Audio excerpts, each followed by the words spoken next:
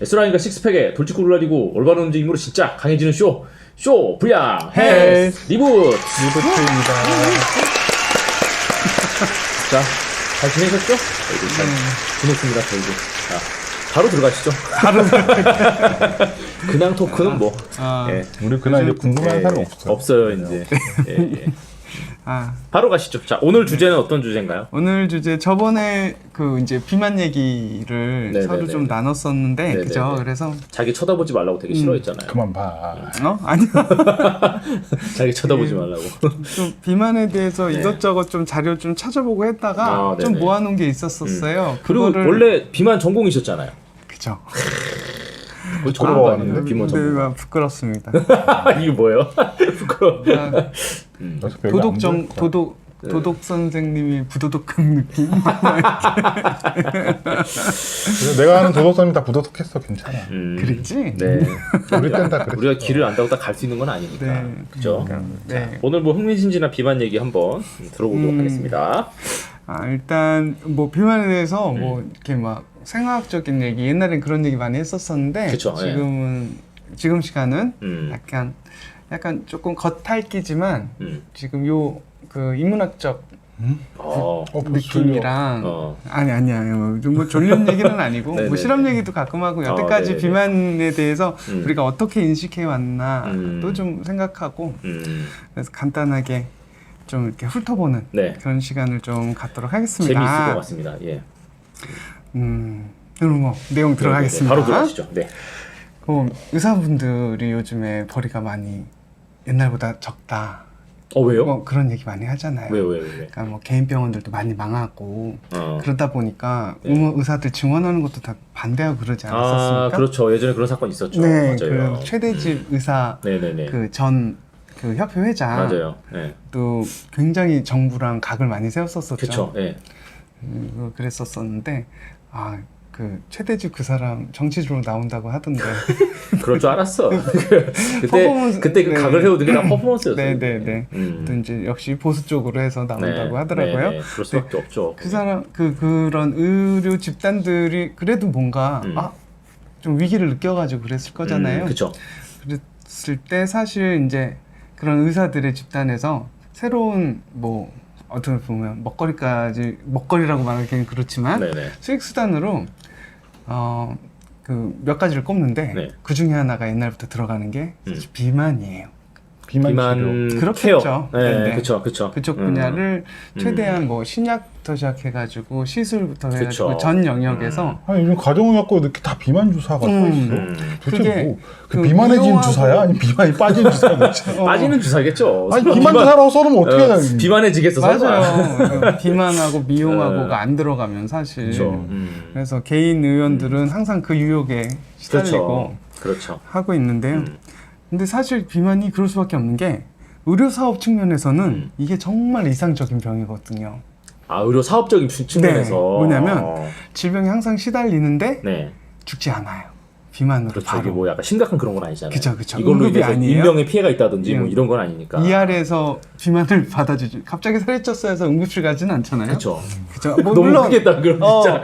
물론 합병증은 있을 수 있지만 그렇죠. 예. 근데 그 너무 일단은 크겠어요. 죽진 않아요. 그쵸. 죽는 병은 아니고 또 효과적으로 사실 치료가 안 돼. 맞죠. 만성이죠, 대부분 그렇죠. 다. 만성입니다. 급성 급성 비만은 사실 급성 비만은 사실 없죠. 그렇죠. 그리고 모르죠. 그리고 또 하나는 이 환자가 너무 치료하고 싶어서 의지를 불태워요, 항상. 그러니까 치료하고자 정말 노력하는 병. 요 그렇죠. 삼박자가 다 맞는 거야. 와, 그러네요. 그러니까 이거를 항상 수요가 있으니까 네. 잘 안 났는데. 정말 이거보다 이상적인 질병은 없어요. 그러네. 저는 아까 그 얘기 하시면서 네네. 이게 약간 비만이라는 게 그 뭔가 스트레스랑 비슷하구나 음. 했는데 이거 하나가 마지막에 치료하고자 하는 적극적 의지가 의지. 여기가 다르네요. 저희는 또 병원에서 일하다 보니까 그렇죠. 그 의지가 정말 사실은 중요하지 않습니까? 근데 그 의지가 자기 의지인데 자기 뇌피셜 의지에 대부분. 바꾸려는 근데 되게 신기한 게 바꾸려는 의지는 없어.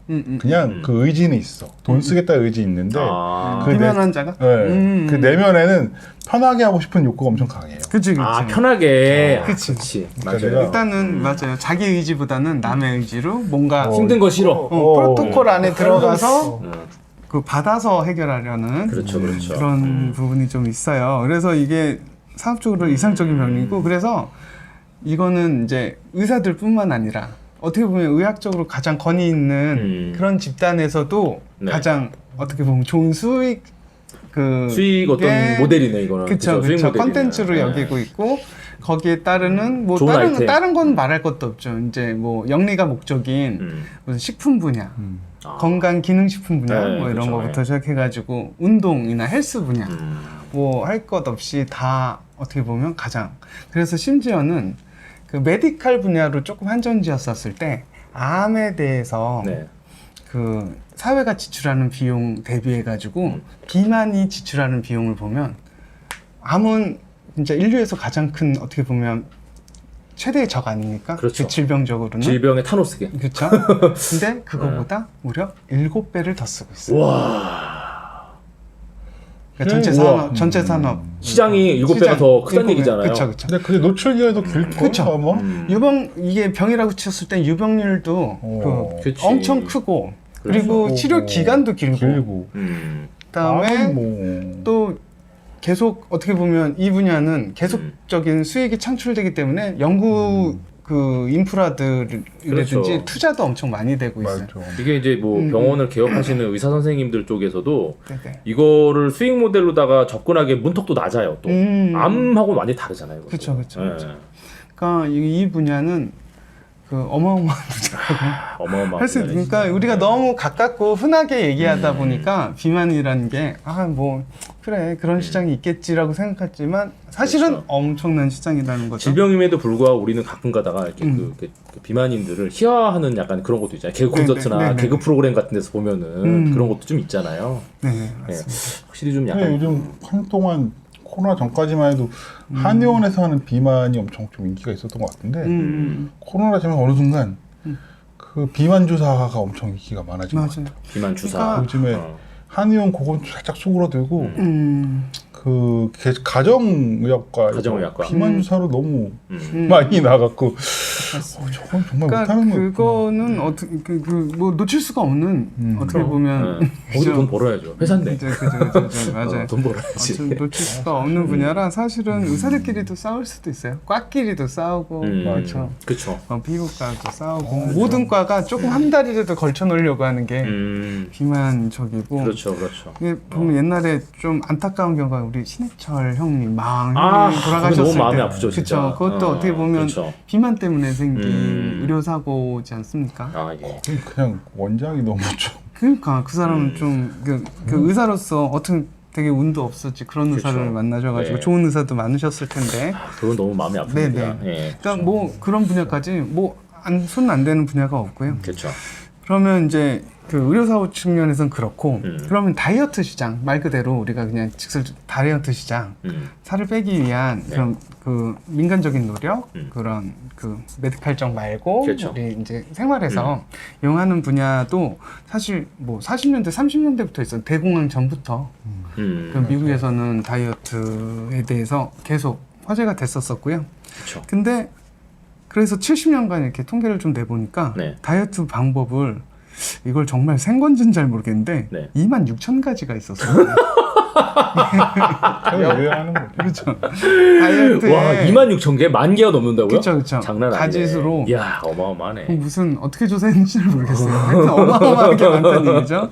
그러면서 다이어트법이 등장을 했는데 네. 그 성공 확률을 네. 임상적으로 뭐 이렇게 조금 조사를 해봤겠죠. 근데 99.5%가 실패. 아, 99.5%. 그쵸. 뭐 하면 다 실패라는 얘기네요. 네네. 근데 아직도 이 시장은 실패를 인정하지 않죠. 뭔가 해결할 수 있다는 환상은 계속 있어요. 와, 기가 막히다, 진짜. 그러니까 이쯤 되면 야 이거는 불치다. 이거는 그 뭔가 방법보다는 네네네. 근원으로 돌아가야 된다. 이런 회의론도 돌 법한데 그렇죠. 아직도 어떤 하나의 방법, 하나의 메소드, 하나의 치료법 뭐 이런 어떤 거에 매달리고 원하죠, 사람들이 그런 거. 매달리고 있는 원하죠. 유행처럼 돌아가면서 하고 있는 시장이고요. 그러니까 이게 욕망에 기반한 시장이 네. 맞다니까요, 이게. 그리고 또 아까 이제 의료 쪽에서 이걸 잡다 보니까 이게 아까도 말했잖아요. 유병리를 화시켜야 되고 환자화 시켜야 되다 보니까 비만에 대해서 굉장히 약간의 공포를 조금 더 주는 경향도 있어요. 그건 네. 필요하죠. 그 BMI 같은 경우에도 이제 과체중을 그쵸. 지수로 여기는데 사실 그 이 BMI 23 뭐 많이들 아실 거예요. 그쵸, 23만 넘어가도 이제 비만으로 포함을 좀 과체중에서 비만으로 맞아요. 포함을 시키거든요. 예. 근데 사실은 또 조사를 한 다른 이면에서는 그 사망률이 가장 낮은 네. 그 메소드 조사를 좀 했었겠죠. 그런 조사를 했었을 때 2.2부터 2.7이 사망 확률이 제일 낮았대요. 아, 사망 확률이 제일 낮다. 네. 아, 그렇죠. 네. 이렇게 정상 분포를 그려봤을 때 가운데 위치하는 제일 안 죽는 요 저기를 봤었을 때가 2.2에서 22에서 27이야. 그러면 다 과체중인 거죠. 그렇죠. 저도 과체중으로 나와요. 네네. BMI 오면은 맞아요. 건강검진 가면 과체중으로 나와요. 맞아요. 근데 절대 그걸 올릴 생각이 없어요. 의사들은 올릴 생각이 없어요. 유병률화 시켜야 되기 때문에. 그래서 뭐 날씬한 몸매를 만들기 위한 그런 욕망들, 네. 그런 사회적인 욕망들도 이 시장을 계속 이렇게 불을 지피게 하는 원동력이 될 수 있습니다. 우리는 뭐 또 빠르게 진행하다 보니까 네. 바로 결론을 좀 얘기하자면 네. 우리는 방법을 사실은 알고 알고 있어요. 있죠, 우리는. 알고 있어요. 예. 사실 알고 있잖아요. 왜 뭐냐? 몰라. 저 이제 의지가 없어요. 그러니까 의지가 결혼 그죠, 의지가 그죠. 사라졌어. 조금 이제 비만에 대해서 시장적인 측면 말고 정말 조금 한 발짝 뒤에 물러나서 정말 비만이 왜 생기는 것 같아 사람들한테 물어봤을 때는 모든 사람들 비전문가 마찬가지로 전문가들도 의논을 모으는 게 과식의 생활화 일상화. 과식의 생활화. 과식의 일상화, 폭식의 계속 반복되는 폭식.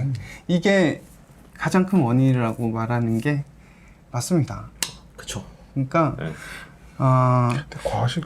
저는 과식이나 폭식의 문제인지 운동량이 준 건지 잘 생각해봐야 되겠다고. 왜냐하면 그래서 이게 원시부터 옛날부터 과식 폭식하지 않았을까? 그죠. 과식에 이제 또 이유로 따라붙는 게 두 가지가 있는데 네.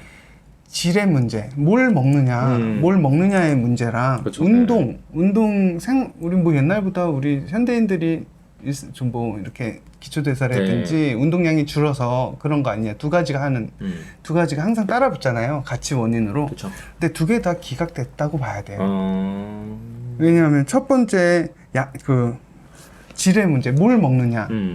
뭘 먹고 뭘 안 먹었을 때 뭐는 살찌고 뭐는 살 안 찐다. 아니 모든 절대적인 양이 중요한 거지. 사람마다 덜 찔 수 있는데 그쵸. 그것도 많이 때려 먹으면 그쵸. 찌는 거는 뭐 사실 그냥 골고루 다 먹으면 돼요. 총량이 문제지. 총량의 문제라는 게 거의 뭐 모든 실험에서 그래요. 그거는 맞아. 거의 지금은 그쵸. 총량을 제외한 다이어트랑 연결 지을 수 있는 그런 연결고리가 거의 없다고 봐도 좋을 것 같고요. 또 하나, 아까 운동 문제. 운동 문제는 자연스럽게 옛날에 우리 다뤘던 기초대사량 문제랑 들어가잖아요. 그렇죠. 기초대사량. 전에도 한번 설명드렸던 것 같은데, 우리 기초대사량을 이렇게 뭐죠? 원으로 된 그래프 모양으로 이렇게 나눠보면, 사실 운동, 그러니까 근력, 네. 근육이 쓰는 그 에너지 양이 2위예요. 머리가 제일 많이 2위인데 뭐에 지냐면 간한테 져요. 간. 그 다음에 뇌가 18 정도고 맞아요. 간이 21 정도, 근육이 20 정도예요. 그러니까 랭킹으로 따져도 져요. 간은 정말 오지랖의 장기죠. 다시, 모든 거에 관여하니까. 그쵸. 그러면 다시 처음으로 돌아가서 그럼 진짜 근력, 운동으로 할 수 있는 건 20%밖에 안 됐네. 그렇잖아요? 그러면 20%를 내가 진짜 너무 열심히 해가지고 그럴 수도 없지만 배로 늘려. 배로 늘려서 40%로 만들었다. 다른 걸 다 이제 밀어내고 40%로 만들었다고 해도 너무 웃기잖아. 다이어트를 위해서라면 또 조금 덜 먹을 거잖아요. 그쵸. 그럼 바로 기초대사량 다른 것들이 쪼그라들면서 그쵸. 그걸 다 받아줘 버려요. 그러니까 20%짜리를 아무리 내가 굴려봐야 내 기초대사량에 영향을 얼마나 줄 수 있냐는 거죠. 그것도 지속 가능하지도 않고. 그렇죠. 그래서 운동 부분도 아까 말했던 두 가지 중에 운동 부분도 기각됐다고 봐야 돼요. 그러면 아닙니다. 어, 제 뇌피셜이에요. 뇌피셜 그래서- 얘기해봐요. 뭐. 아니 간이랑 머리랑 뭐 그 근육을 근육. 같이 쓸 수 있는 거 운동으로 생각해봤어. 아 그런 그러니까 운동. 진짜 머리도 많이 쓰는 거, 그 사람들이 뇌도 꽤 트레일러닝 많이 같은 거 쓰는 좋아하는 거야. 게 그래서 그런가 봐. 트레일러닝 같은 거. 계속 지형도 변하고 풍경도 변하고 길 맵이 계속 뛰고, 변하잖아요. 게임으로 치면은. 그러면서 뭐 등산은 코스도 계속 변하고 맞습니다. 근데 그런 외부 자극이나 이런 거에 기초대사량은 굉장히 단단하고 기초대사량을 쪼그라뜨릴 수 있는 거는 사실 먹는 양이 식사량밖에. 가장 중요해요. 가장 중요하기 때문에 사실 굉장히 그냥 먹는 양 반으로 줄이면은 어. 그냥 바로 그냥 가는 거죠. 기초대사량 같은 경우에. 그러니까 이거는 어떻게 보면 양 전진도 못하고 후퇴도 못하는 상황인 거야. 그러니까 내가 줄이자니 내 기초대사량이 다치고 그렇죠. 더 먹으면 더 찔 것 같고 그러면 복잡해, 이게 그쵸 좀. 그쵸 먹는 양에 너무 복잡해. 그쵸 그쵸. 네. 그래서 일단은 우리가 그러면 과연 지금 일상생활에서 먹는 게 내가 과한가? 라를 생각해 봤었을 때 네. 내가 약간 비만이라고 했었을 네. 때 아마 그런 생각을 하게 되겠죠? 했을 때 사실 그렇다가 맞아요.